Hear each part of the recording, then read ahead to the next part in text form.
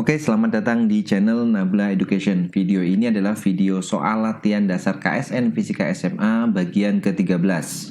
Oke, bagi teman-teman yang belum menyaksikan video bagian sebelumnya, nanti linknya saya sertakan di deskripsi. Oke, pada video kali ini kita akan membahas soal yang berkaitan dengan gerak parabola atau gerak peluru. Oke, mari kita baca dulu soalnya. Atau mungkin sebelum kita bahas, teman-teman bisa pause dulu videonya lalu dicoba untuk mengerjakan sendiri berdasarkan pengetahuan yang sudah dimiliki. Nanti hasil akhirnya bisa dicocokkan dengan pembahasan yang ada di video ini. Oke ya, sudah dicoba ya. Sekarang kita baca soalnya. Sebuah tank bergerak horizontal dengan kecepatan V1 relatif terhadap pengamat yang diam. Kemudian tank tersebut menembakkan peluru dengan kecepatan V2 relatif terhadap tank dengan sudut theta terhadap arah V1 di mana V2-nya adalah akar 2 V1. Pada saat tank menembakkan peluru, sebuah target yang terletak pada jarak mendatar X di depannya jatuh bebas dari ketinggian H besar diukur dari posisi peluru mula-mula. Seperti tampak pada gambar ya, gambar yang ada di samping kanan. Jika peluru mengenai target, buktikan bahwa nilai H per X atau perbandingan antara H dan X adalah akar 2 sin theta dibagi 1 plus akar 2 dikalikan cos theta. Oke ya, kita analisis gerakan atau peristiwa ini. Oke, yang pertama, kita misalkan antara peluru dan bola yang dijatuhkan itu akan bertabrakan atau akan kena ya, karena dia mengenai target itu di posisi yang sebelah sini ya.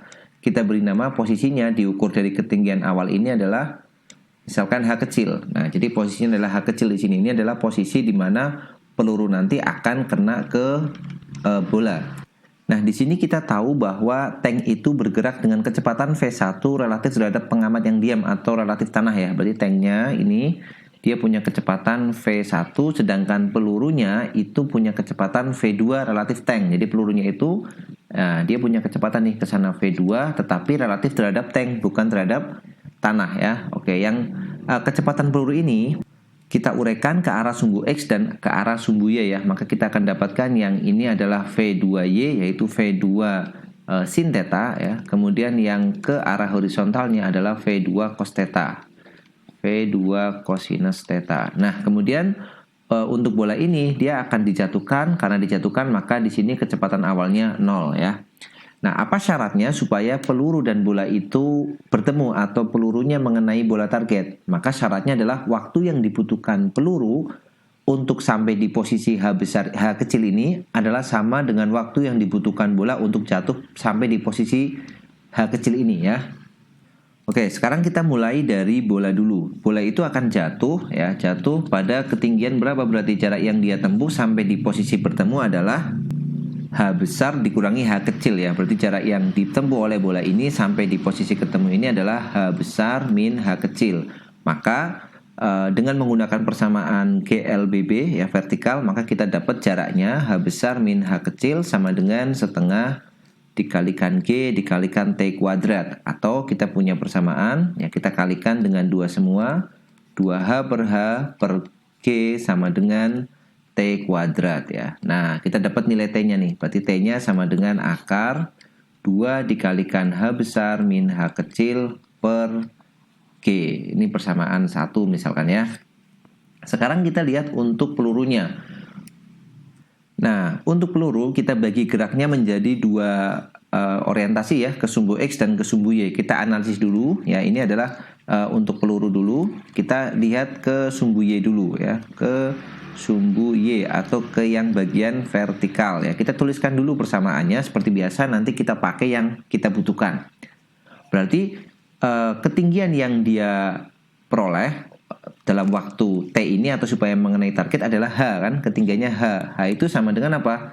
Sama dengan berarti V0-nya adalah V2 sin theta dikalikan dengan T minus setengah GT kuadrat. Nah, setengah GT kuadrat. Oke, kita dapat nih persamaan yang pertama, persamaan yang kedua berarti ya untuk ke sumbu Y. Kemudian untuk ke sumbu X. Nah, untuk yang ke sumbu X atau yang posisi horizontalnya, dia harus menempuh jarak sejauh X nih kan, jaraknya X. Sama dengan ya, karena ke sumbu X itu GLB, gerak lurus beraturan, berarti kita tinggal pakai persamaan X sama dengan V kali T. Nah, tetapi V-nya kita lihat nih ya, bola itu peluru itu punya kecepatan ke arah horizontal relatif tank itu V2 cos theta. Sedangkan tanknya sendiri punya kecepatan V1. Berarti V-nya relatif terhadap tanah adalah kecepatan tanknya ditambah kecepatan si peluru relatif tank. Jadi V1 plus V2 cos theta dikalikan dengan T di sini. Nah, kita tahu hubungan antara V2 dan V1 ya, bahwa V2 itu akar 2 V1. Maka boleh kita ganti dulu. Ini sama dengan V1 plus akar 2 V1 cos theta dikalikan dengan T. Nah, maka kita dapat nilai X-nya ya. Kalau kita keluarkan V1-nya, berarti V1 sama dengan 1 plus akar 2 cos theta dikalikan dengan T. Oke, ini kita buat jadi persamaan yang ketiga. Oke. Nah, kita sudah analisis semua persamaannya. Sekarang kita tinggal bawa sesuai dengan pembuktian yang diminta oleh soal. Jadi diminta adalah nilai H per X. Oke, kita mulai dari mengganti ya. Kita ganti nilai T yang ada pada persamaan 1 ke persamaan 2 dan 3. Atau kayaknya akan lebih mudah kalau kita menggantikan nilai H kecil ini dari persamaan 1 ya. Jadi persamaan 1, oke, kita ada sedikit penyesuaiannya di sini. Kelihatannya ini akan mudah nih kalau kita bawa ke dalam bentuk H besar dikurang H kecil kan sama dengan setengah GT kuadrat.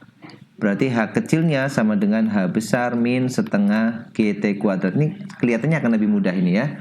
Jadi persamaan satunya kita ganti dulu ya. Kita bisa ubah bentuk yang kita mudah untuk memakainya ya. Kita pakai bentuk yang ini.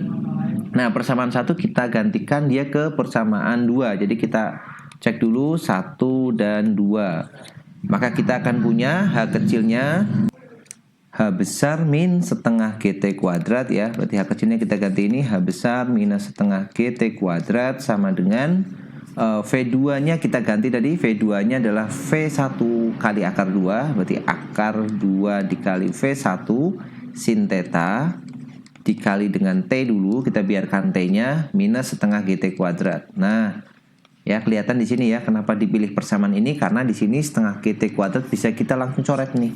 Karena sama-sama minus setengah GT kuadrat. Oke. Nah, sekarang kita buat dia jadi H besar itu kan nilainya sama dengan akar 2 V1 sin theta dikali T. Ini persamaan yang keempat.